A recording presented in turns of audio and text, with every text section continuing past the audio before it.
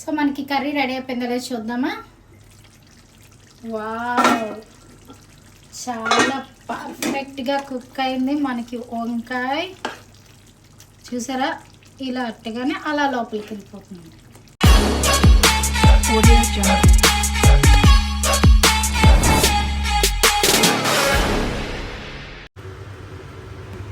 Hi friends, ఈరోజు అయితే మన ఛానల్లోని రెసిపీ ఈజీగా టేస్టీగా గుత్తి వంకాయ కూర ఎలా చేయాలో చూసేద్దామా. చాలా ఈజీ అండ్ సింపుల్, ఎవరైనా ఈజీగా చేసుకోగలిగే రెసిపీ అన్నమాట. ప్యాన్ పెట్టుకొని ప్యాన్ని హీట్ చేసుకోవాలి. సో ఇప్పుడు మనకి ప్యాన్ హీట్ ఎక్కింది కదా, అందులో 2 బిర్యానీ ఆకులు, చెక్క, 2 ఇలాచీ, లవంగాలు,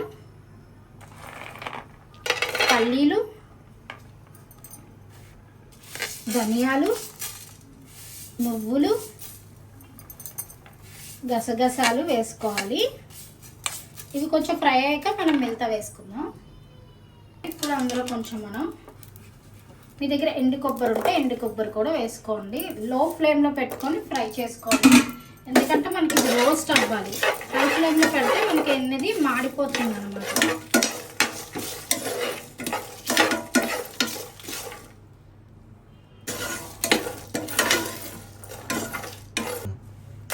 కొంచెం జీడిపప్పు, నేను జీడిపప్పు లాస్ట్లో ఎందుకు వేసానంటే మనకి త్వరగా ఫ్రై అయిపోతే మాడిపోతుంది కాబట్టి నేను లాస్ట్లో యాడ్ చేసుకున్నాను. మనకి చూసారా మంచి బ్రౌనిష్ కలర్ వచ్చాయి. ఇలా వచ్చినట్లయితే మనకి ఇది పర్ఫెక్ట్గా ఫ్రై అయిందని అర్థం అనమాట. మనకి అరోమా స్మెల్ వస్తుంది ఫ్రై అయినప్పుడు, చాలా బాగా వస్తుంది. అప్పుడు మనకి అది మంచిగా పర్ఫెక్ట్గా ఫ్రై అయిందని అర్థం. స్మెల్ అయితే ఎగ్జామ్ భలే వస్తుంది. ఇప్పుడు మనకి మంచిగా రోస్ట్ అయిపోయాయి కాబట్టి ఇది ఒక ప్లేట్లోకి తీసుకొని చల్లార్చుకొని అప్పుడు మిక్సీలో పౌడర్ చేసుకుందాం. ఇప్పుడు మనకి అది కూల్ అయ్యేలోపు వంకాయలను అయితే మనం ఫ్రై చేసుకుందాం. ఒక 3 టేబుల్ స్పూన్ల వరకు ఆయిల్ అయితే వేసుకున్నాను నేను. సో మనం ఇందాకలా సాల్ట్ వాటర్లోని కడిగి పెట్టుకున్న వంకాయలు ఉన్నాయి కదా, కట్ చేసుకొని పెట్టుకుని అవి వేసేసుకుందాం.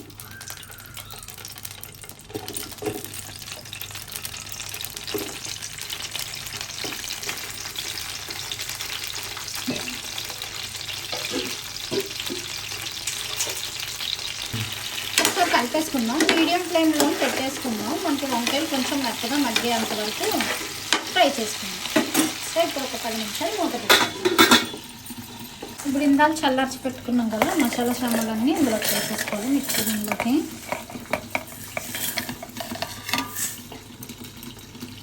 దాంతో పాటు 2 పచ్చిమిరపకాయలు, ఒక పెద్ద ఉల్లిపాయ, టమాటా ముక్కలు, కొంచెం కొత్తిమీర, తర్వాత ఇందులో కొంచెం సాల్ట్, కొంచెం కారం యాడ్ చేసుకుంటున్నాను, కొంచెం ఒక 1/2 టేబుల్ స్పూన్ పసుపు. సో ఇందులో 1 టేబుల్ స్పూన్ అల్లం వెల్లుల్లి పేస్ట్ కూడా వేసుకుంటున్నాను. మీరు అల్లం వెల్లుల్లి పేస్ట్ కాకుంటే అల్లము వెల్లుల్లిపాయలు కూడా వేసుకోవచ్చు. నేనైతే అల్లం వెల్లుల్లి పేస్ట్ వేసేసుకున్నాను. ఇప్పుడు దీన్ని మనం పట్టేసుకుందాం.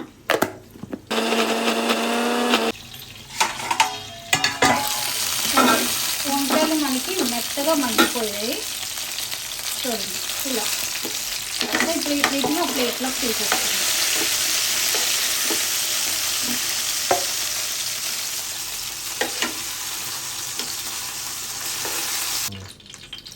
వీటిని పక్కన పెట్టేసుకుందాం.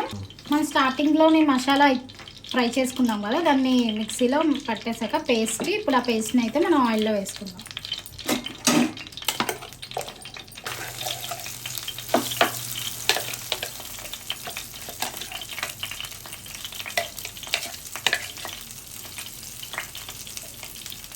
మొత్తం కలిసేలాగా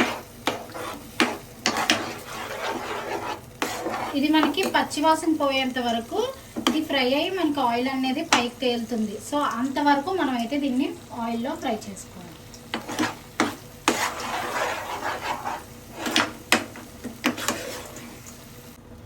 సో ఇప్పుడు చూద్దాం. చూసారా మనకి పర్ఫెక్ట్గా ఇది ఫ్రై అయింది, అందుకే మనకి ఆయిల్ తేలింది. చూసారా? ఇప్పుడు ఇందులో మనకి టేస్ట్ సరిపోతుంది. కొద్ది గ్రేవీ కోసం కొంచెం వాటర్ యాడ్ చేసుకోవాలి. సో ఇప్పుడే మనకి ఇందులోని సాల్ట్ అది సరిపోయిందో లేదో చూసుకొని సాల్ట్ అన్ని కారం అన్నీ యాడ్ చేసుకోవాలి. సో నాకైతే కొంచెం సాల్ట్ సరిపోలేదు, నేను కొంచెం సాల్ట్ యాడ్ చేసుకున్నాను.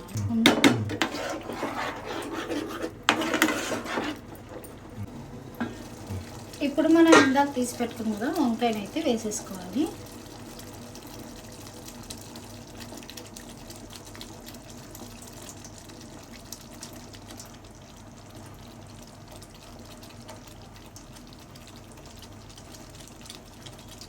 ఇప్పుడు మొత్తం వంకాయలన్నిటికి గ్రేవీ అంతా మంచిగా పట్టేలాగా మనకి ఆయిల్ అనేది పైకి తేలేంత వరకు మనం దీన్ని మగ్గబెట్టుకుందాం. 2000 years later. సో మనకి కర్రీ రెడీ అయిపోయిందో లేదో చూద్దామా? వావ్, చాలా పర్ఫెక్ట్గా కుక్ అయింది మనకి వంకాయ. చూసారా? ఇలా అట్టగానే అలా లోపలికి వెళ్ళిపోతుంది. సూపర్ స్మెల్ అయితే చాలా బాగా వస్తుంది. మీరు కూడా ఈ రెసిపీని అయితే ట్రై చేసి మా కామెంట్ బాక్స్లో కామెంట్ చేయండి.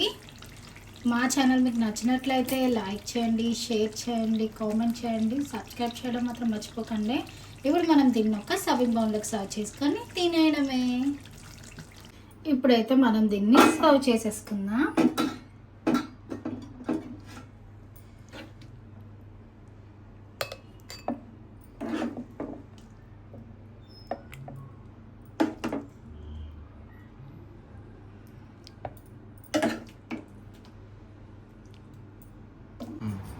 ఇలానే మీకు మా ఛానల్ నచ్చినట్లయితే లైక్ చేయండి, షేర్ చేయండి, కామెంట్ చేయండి. Don't forget to subscribe. ఇంకా మళ్ళీ ఒక మంచి రెసిపీతో నెక్స్ట్ వీడియోలో కలుసుకుందాం. Bye bye friends.